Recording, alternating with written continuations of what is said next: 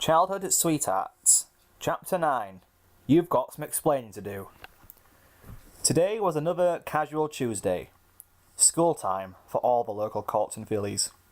You had long been up since unusually early hours from your annoyingly distracting thoughts, and your eyes felt heavy with sleep, threatening to close whilst you were scooting en route to the schoolhouse. Even now, your thoughts became a major distraction to you, and they never seemed to leave you alone for even the smallest amount of time, driving you crazy in your tired state. At this rate, the only thing keeping you awake was concentrating on where you were going on your scooter and the whole wind blowing around your face.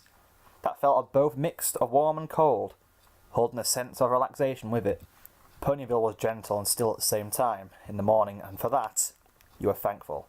Otherwise, you may very well bump into some pony or something else.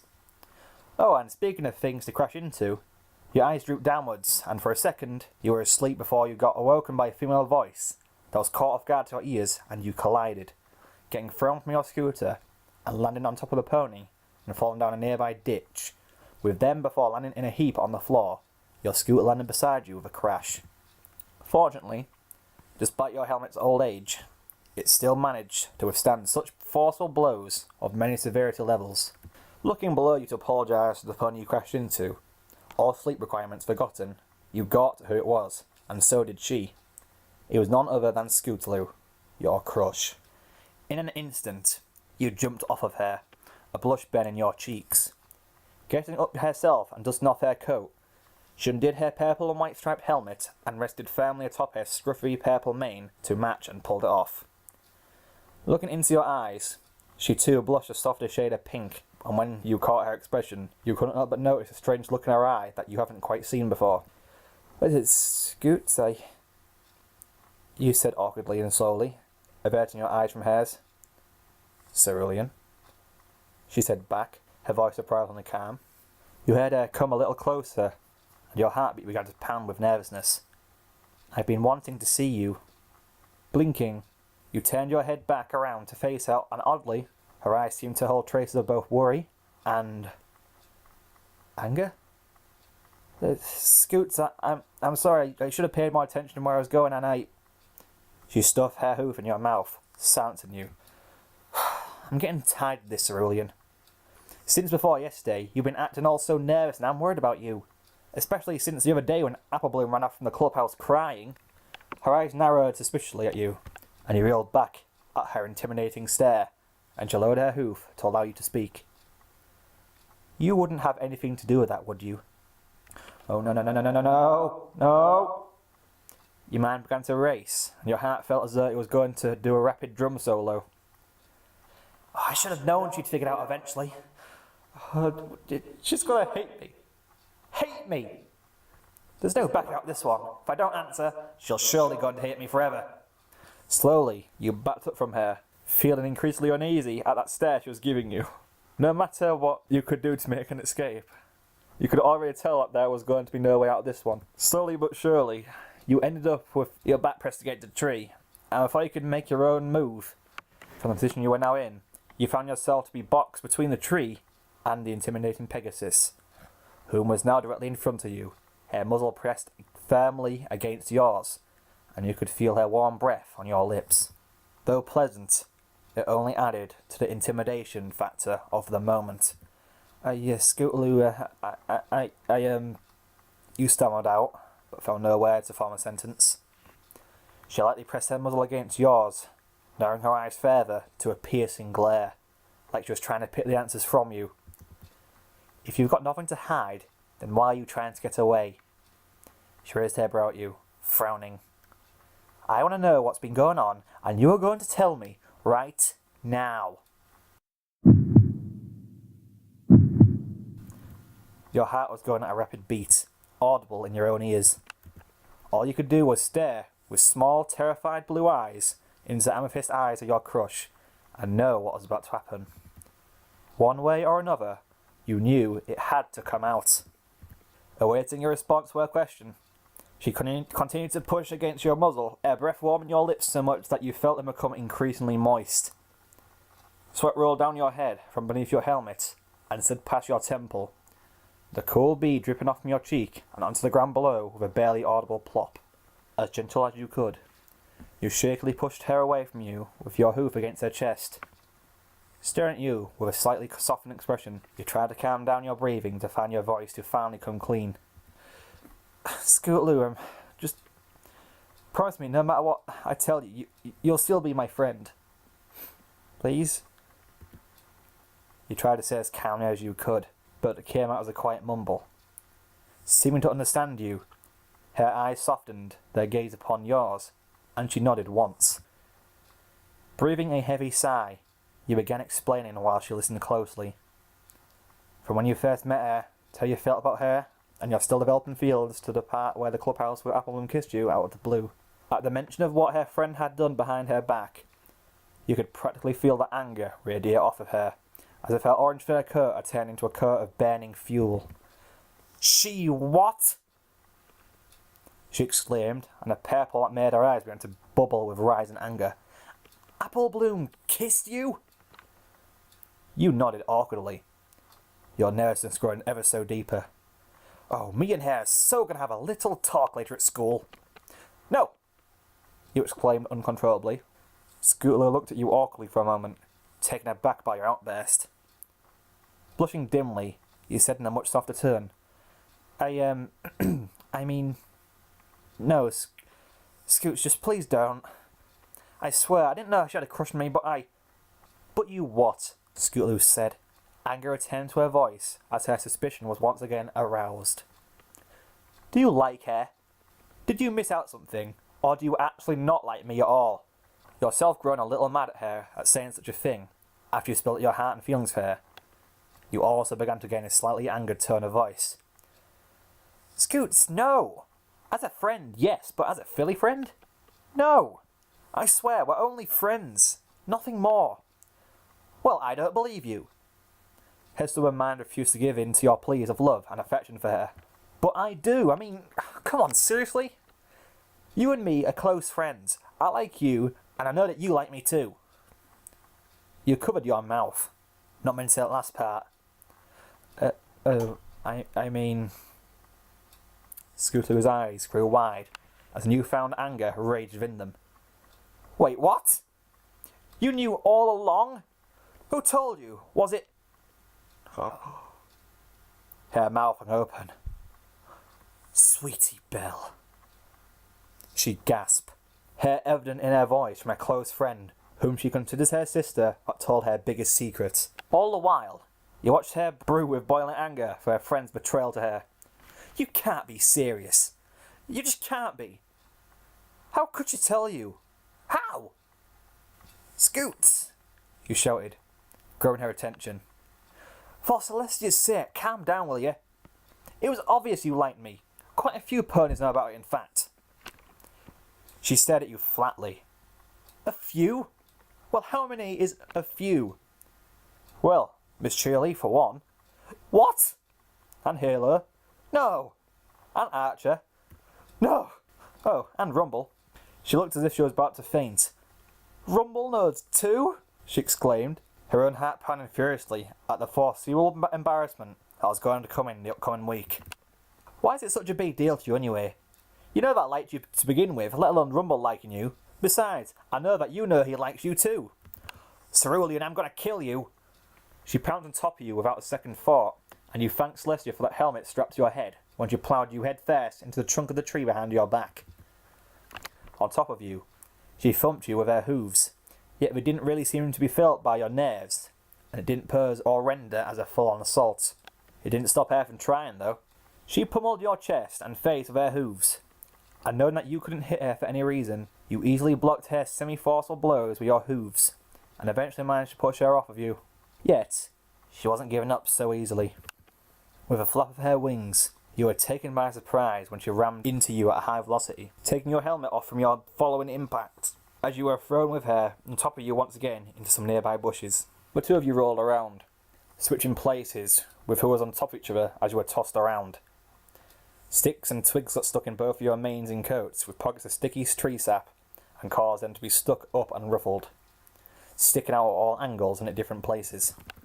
Eventually giving up from trying to fight you, seeing that you were too strong to actually physically feel a punch from the other Pegasus. She released you, and you both frantically got to your hooves, staring into each other's eyes while she panicked for breath. Scootaloo, listen to me. It's all just a misunderstanding. You tried to reason with her, but she didn't buy it. A misunderstanding, huh? She rolled her eyes at you, and you guffawed. No, I don't think so. Oh, damn it, why are you being so stubborn? Why won't you listen to me? You snapped back, seeming to amuse her. Because I don't believe you. Your ear twitched.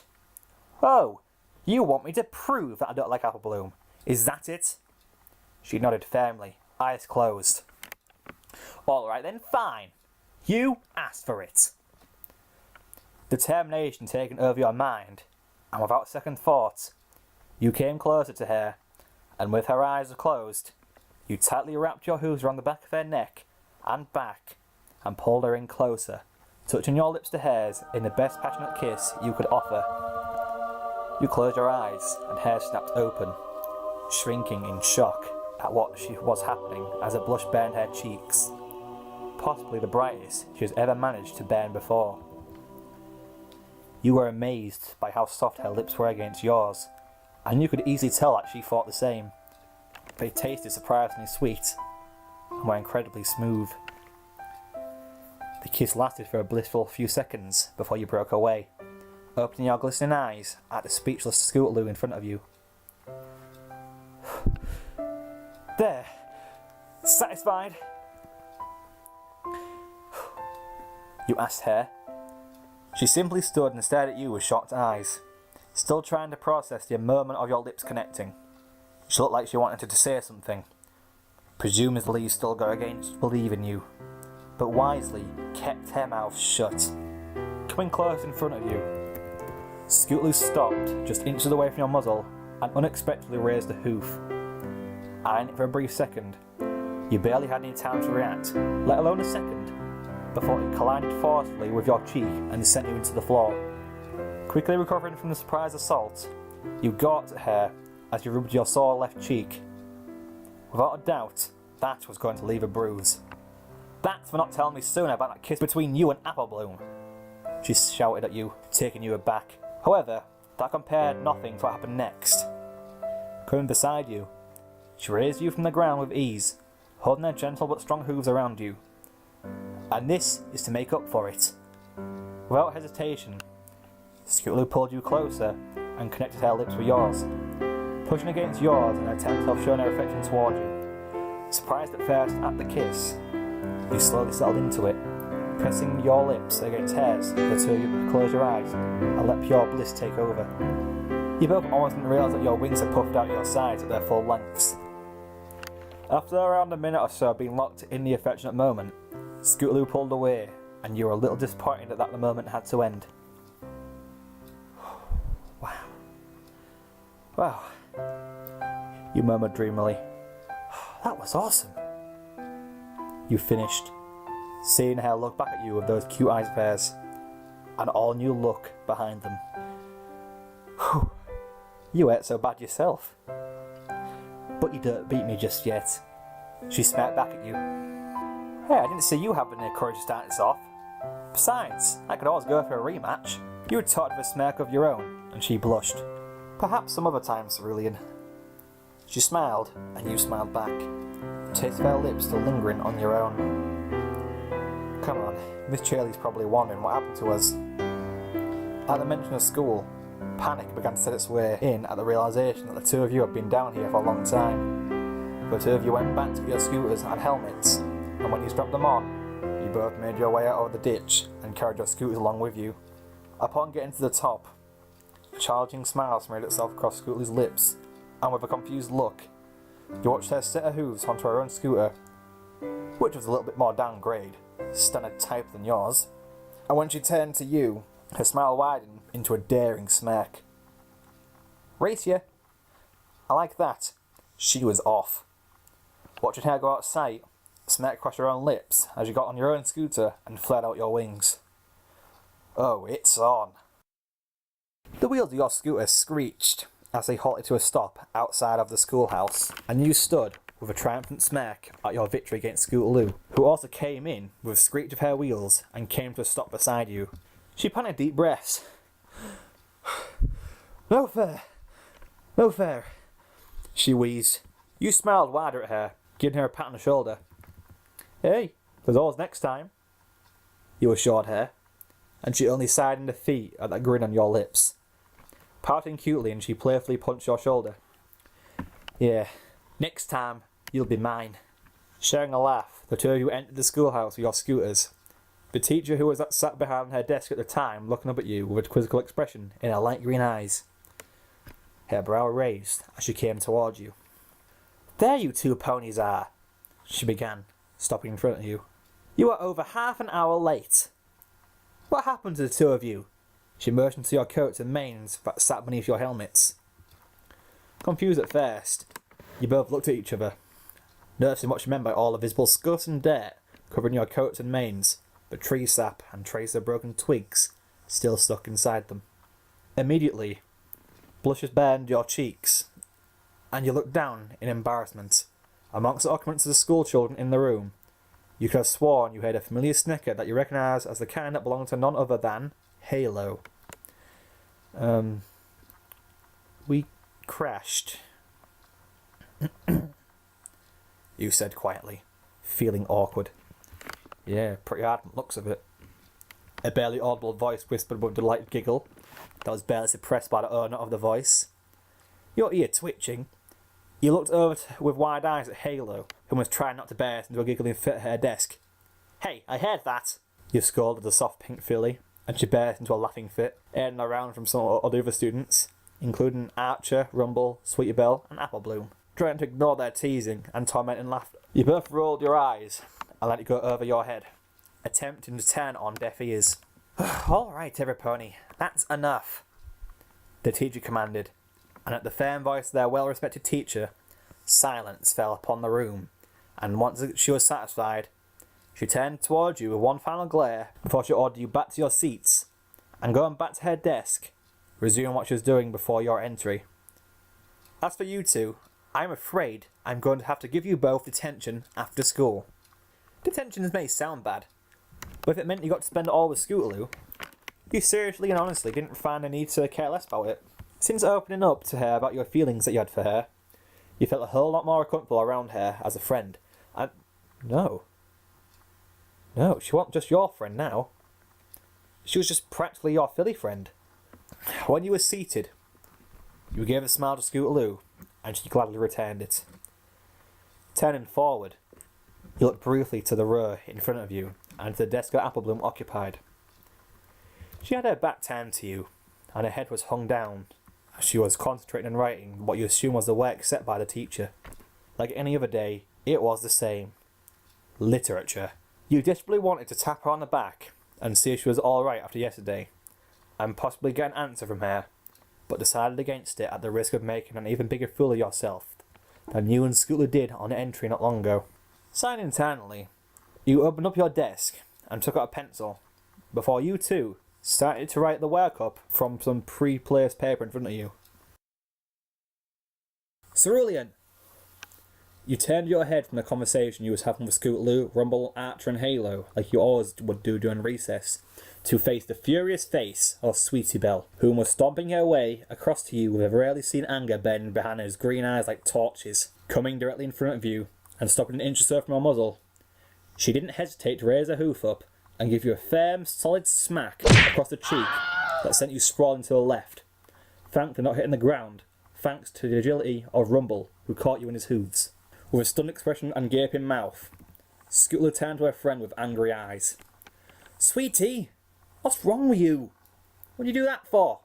She brought her own muzzle up to hers and matched her piercing glare. Recovering from the surprisingly hard smack from Sweetie, you picked yourself from Rumble's hooves and came out of the daze it put you in. Rubbing your now sore cheek and feeling the pain through the hole of your jaw, you stared wide-eyed at your assaulter. You have never seen Sweetie so mad before, and honestly, it was scary for you to witness. Especially since the anger was all directed towards you for some unknown reason. Don't you ever do anything to her Apple Bloom again, you jerk! She screamed at you with fury filling her angelic voice. adding a more threatening and darker tone than what it would normally sound like, as she pushed Scootaloo aside, ignoring her as if she was only between you and her on the playground. You stared at her with a shocked and confused expression, yet soon realised what she was on about. What? Sweetie, what's gotten into you? I've done nothing to her, Apple Bloom. Ever. Why would you even think I'd do anything to her? She's my friend. She huffed, flaring her nostrils, as her anger still burned. Well, some friend you turn out to be. She told me about what happened, and do you even know how upset she is because of you? At that fire in her eyes, you itched back slightly. Sweetie, it isn't like that.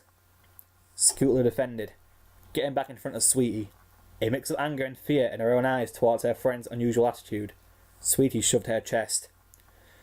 Oh, so you're siding with him now? Whose friend are you, Scoot? His or mine? Scootaloo scoffed. Are you serious? Cerulean hasn't done anything to her, Apple Bloom, and you know it. He told me everything, and it's all just a huge misunderstanding.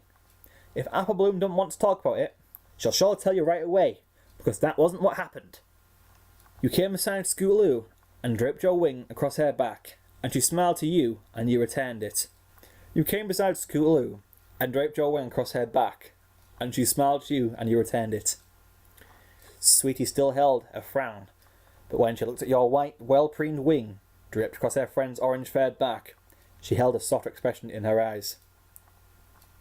So, that's why you two were late, huh? A little alone time? She snickered behind a hoof, and some of her anger was disposed. You and Scootaloo blushed. I always wondered when you were going to ask her. I'm happy for you, Cerulean. She smiled to you, and you were caught off guard by a current change in attitude from pure seething anger to her usual sweetness. You didn't respond, and nor did Scootaloo. For you, it was weird to see Sweetie more furious than a dragon awoken from its nap, and to have transformed back into her usual sweet and patient self next second. As a matter of fact, you were maybe expecting another hoof to the cheek. So, you began, hopefully to a conversation. So what? Sweetie asked softly, raising her brow at you. So, where's Apple Bloom? I kinda need to talk to her. Sweetie gave you a mad, yet soft look. Yeah, you do. I think we should all talk after school about this. Apple Bloom doesn't really want to talk to you at the moment, so I guess we'll meet you someplace later? With a disappointed feeling in your gut, you managed to smile. Sounds good. Why don't we all get together at Sugar Cube Corner? You offered, and Sweetie's face brightened at the mention of one of their most favourite places in all of Ponyville. Sure. So we'll see you then? She asked, and you nodded. Smiling, she took her leave to presumably find Apple Bloom and continue doing whatever she was doing. Turning back to face the rest of your friends, you said, If you want, you can all tag along too. They smiled and shared nods of agreement, seeming to also be enticed by the sound of going to hang out someplace that promises generous helpings of sugary goodness. You figured that if you're going to tell Sweetie Belle the truth, you might as well let all the others in on it too to drown out any pause or confusion in your relationship as a friend with them. It was even more to clarify your relationship with your Philly friend Scootaloo. Turned to face her with your wing still draped over her back and slightly over her side. She smiled to you and nuzzled your cheek for a brief moment before she leaned in and touched her head against yours. A warm smile spread on your lips, and you gingerly held her hoof in your own, igniting blushes on both your cheeks. Noticing the giggling faces of all your friends, the two of you blinked before snapping away like a flash and standing casually, pawing awkwardly at the ground and avoiding eye contact. So, just friends, huh? Archie teased with a laugh, followed up by his sister. Oh, shut up, you said, only prompting them all to burst into more laughter, including Rumble, the one who has had the crush on Scoots since the day he met her, which is quite surprised, seeing as you thought he would be disappointed about you being in a relationship with her. Yep, definite Philly friend. Halo broke into laughter and rolled around on the floor with everybody else, whilst you and Scootaloo stood there, with embarrassed blushes rampaging across your cheeks. Beside you, Scootaloo frowned. I can already tell that this won't be the last we hear about it from them. You nodded in agreement, rolling your eyes. I figured.